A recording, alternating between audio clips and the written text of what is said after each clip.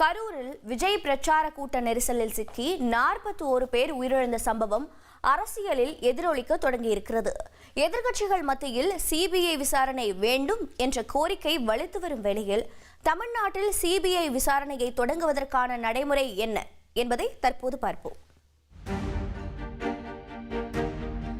கரூர் வேலுசாமிபுரத்தில் விஜய் பிரச்சார கூட்டத்திற்கு அனுமதி கொடுக்கப்பட்டது, பாதுகாப்பு உள்ளிட்டவை தொடர்பாக அரசுக்கும் எதிர்க்கட்சிகளுக்கும் இடையே வாக்குவாதம் தொடர்கிறது.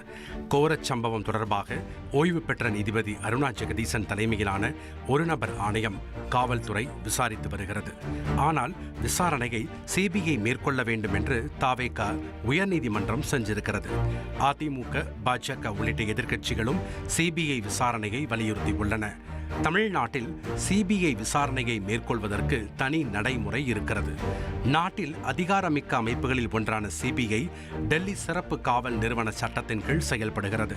டிஎஸ்பிஇ சட்டம் பிரிவு 6 கீழ் ஒரு மாநிலத்தில் குற்றங்களை சிபிஐ விசாரிக்க வேண்டும் என்றால் அதற்கு குறிப்பிட்ட மாநிலத்திடம் ஒப்புதல் பெற வேண்டும். ரயில்வே, மத்திய அரசு அலுவலகங்களில் விசாரணையை மேற்கொள்ள இந்த ஒப்புதலை சிபிஐ பெற வேண்டாம். பொதுவாக மாநிலங்கள் மத்திய அரசு ஊழியர்களுக்கு எதிரான ஊழல் வழக்குகளை தடையின்றி விசாரிக்க சிபிஐக்கு உதவ பொது ஒப்புதலை வழங்கியிருந்தது. இதனால் மற்ற வழக்குகளிலும் சிபிஐ நேரடியாக விசாரணையை தொடங்கும் அதிகாரம் இருந்தது. 2018 மத்திய பாஜக அரசு சிபிஐயை எதிர்க்கட்சிகளுக்கு எதிராக தவறாக பயன்படுத்துகிறது என்று குற்றம் சாட்டிய மேற்கு வங்க முதலமைச்சர் மம்தா பானர்ஜி பொது ஒப்புதலை திரும்ப பெற்றார். அப்போது தொடர்ந்து எதிர்க்கட்சிகள் ஆளும் மாநிலங்களில் பொது ஒப்புதல் திரும்ப பெறப்பட்டது. தமிழ்நாடு எதிர்க்கட்சி ஆளும் மாநிலமாக இருந்தாலும் பொது ஒப்புதலை திரும்ப பெறுவதில் விலகி இருந்தது. இந்த சூழலில் கடந்த 2023ஆம் ஆண்டு தமிழக அரசு சிபிஐக்கான பொது ஒப்புதலை திரும்ப பெற்றது. அதன்படி தமிழ்நாடு அரசின் அதிகார வரம்புக்குள் சிபிஐ வழக்கு பதிவு செய்ய மாநில அரசிடம் ஒப்புதல் பெறுவது கட்டாயம் என்றானது. அதுவே உயர்நீதிமன்றம், உச்சநீதிமன்றம் ஒரு வழக்கை விசாரிக்க சிபிஐக்கு உத்தரவிட்டால் தமிழ்நாட்டுக்குள் சிபிஐ வழக்கு பதிவு செய்து விசாரணையை மேற்கொள்ளலாம்.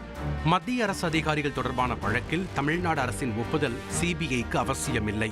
இப்போதைய சூழலில் பார்த்தால் தமிழ்நாட்டில் மாநில அரசு அனுமதித்தால் அல்லது உயர்நீதிமன்றம், உச்சநீதிமன்றம் உத்தரவிட்டால் ஒரு வழக்கை சிபிஐ விசாரிக்கலாம். மடப்புரம் கோயில் காவலாளி அஜித்குமார் கொலையில் தமிழக அரசு விசாரணையை சிபிஐயிடம் ஒப்படைத்தது.